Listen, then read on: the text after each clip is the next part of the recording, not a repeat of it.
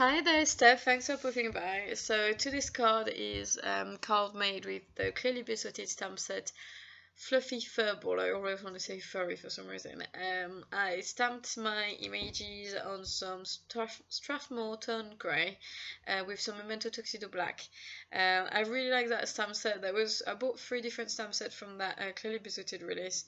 I would have bought more if I could have, but this one was quite a good price point because it's a small stamp set, and I thought it was super cute. I do love cats. I don't have any cats, but I do really like cats. And that is a card I made for my little cousin who's going to turn 6 in about a week or so. So here for the cat, I went on Google to kind of check the different kind of fur you get out there. So for the first one, I went for that kind of Oliver grey fur.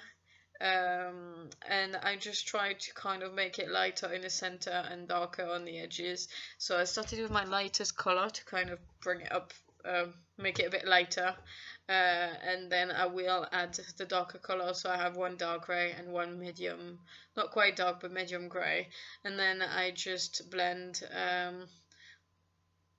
Sorry, I'm just checking if I had 3 or 4 greys. I would say I've probably had 3. I think I probably added a darker color in the end, but I'm not quite sure. I've turned 3 cards quite soon after each other, so I'm kind of starting to lose track.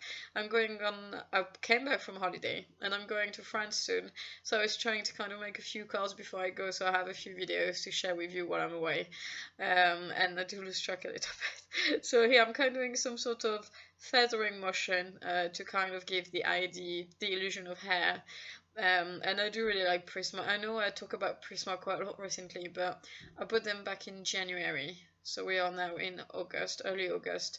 I've used them, let's say, on a regular basis. Not as much as I used to because I got neck problems, so I can't make as many cards as I used to. But I still make a few cards. And, you know, I say 1 or 2. I think probably the lightest color because that's probably the one I use the most, and I go over and over to make it as light as possible. So these are probably the ones that are the smallest in the box, but still fair size. So when you think about Copics and you have to buy reinkers and stuff like that, Prismacolor, although it's 40 quid, I think I paid £40 for a box of 72. It was on Amazon and it was called used but in good condition, and basically the box was dented, but the pens were fine, so it's actually 40 quid for 70 pen wasn't bad. And it's pretty good investment if you think that it's gonna last me probably at that speed probably about 2 years. Copics would have cost me a lot more a lot less time. It's not the same result, don't get me wrong. I know it's not the same result, it's not the same medium at all. Although I think in a kind of blending kind of way it is quite similar.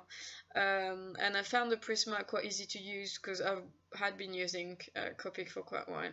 But if you think about in terms of investment, I mean, you do need a pencil sharpener. I did hesitate to buy the Prisma because I heard about the lids breaking quite a lot, and I did ask a well-known crafter who mentioned it in one post, and she did say that yes, they do break, but I think that it sounds like they all kind of break a little bit. The Prismacolor, it sounds like they break more because I think they're made of more of a waxy kind of I don't know, matte, I don't know how you call it.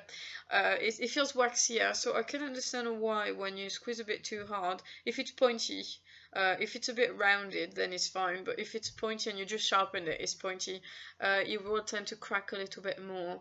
But I think it's completely manageable, and I'm not getting overly frustrated or anything like that. I bought a sharpener which was I can't find it now. I think it was a Faber-Castell.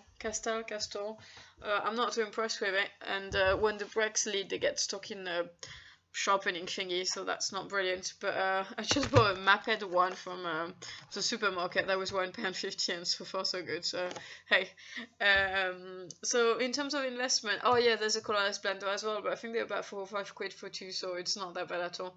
So in terms of investment, I think the Prismacolor are actually really worth it. So yeah, anyway, that was my little review, just in case you wondered, because I did hesitate to buy them. I did genuinely think, I'm not sure I want to take the risk of spending £40 if it doesn't work. It does break, but not overly. It's not the end of the world, and it doesn't stop me from coloring with them, so, you know, that's it. So anyway, I've done the second cat, his little ginger one. This seems quite common. When you look at photos of cats, there's a lot of ginger cats. And he had a little fishy, what would you call that? Is it kind of like a, not puppet, a teddy, a fishy teddy, anyway. And for the last one, I stamped the mouse toy on his head because I thought it'd be fun.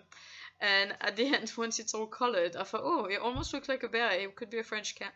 So I thought that was quite fun. And that cat, I don't know, I want to say Siamese, but I'm not sure that's what it's called. I don't know why Siamese comes to mind. It's the one that has a dark face, dark tail, dark pose, and everything else is kind of very light grey. And I really like that kind of fur.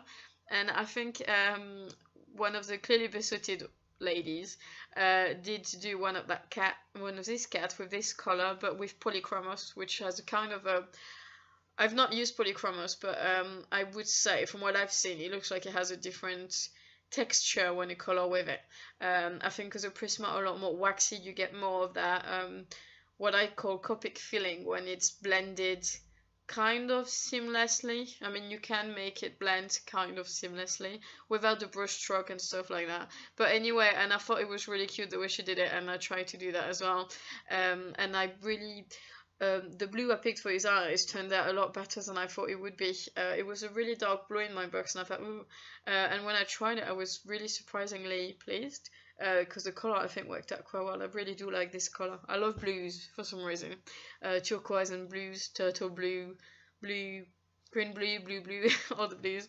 Anyway, so then I did a bit of shading with my Copic markers, warm greys, and I didn't go too overboard. I just tried to do the shading on the floor and just under the tails to kind of give a little bit of depth, but not too much. So I did try not to overdo it. And then, because the only black pen that I have that seemed to work on Prisma is a glaze pen. That's what I used. So the problem with a glaze pen is that it's really thick. It's not a thin nib at all.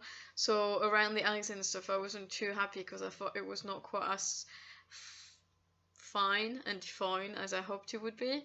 I think overall in the end it works, but I was probably just being picky. And then I wrote my little cousin's name on the card because for his anniversary is a bit long to write, so I thought it'd be fun for him to have his actual name on the card as well. I've been doing that a lot recently. I hope people like it, otherwise I should really move on to something else. And then so I used a Tombow black marker. I'm a bit frustrated by the nib of that marker. I don't know if it's just a marker. I bought two markers, like individual, single ones, individual, not as part of a pack. And I get a bit frustrated because when I do use them, I don't find the edges to be smooth.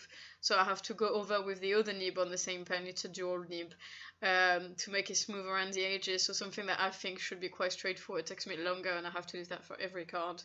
But I don't know, maybe I should buy another pack and maybe try, see, maybe it was just these two. To be fair, my daughter, who's 2.5, did reuse one of them after that card, and she had a lot of fun just quizzing the nib against the paper. It was great. Anyway, so I finished that card. I did a bit of accent, some sakura, some glossy accent, and yeah, I love glossy accent. I would put it everywhere if I could, but on the eyes I think it looks really good. And then I glued the card front onto a blank card, and here we go. So I hope you find that card interesting. Thank you very much for watching. If you do, please give it a thumbs up. Don't hesitate to subscribe to my channel and click on the little bell at the top for notification for future video. Thanks again and have a great day. Bye!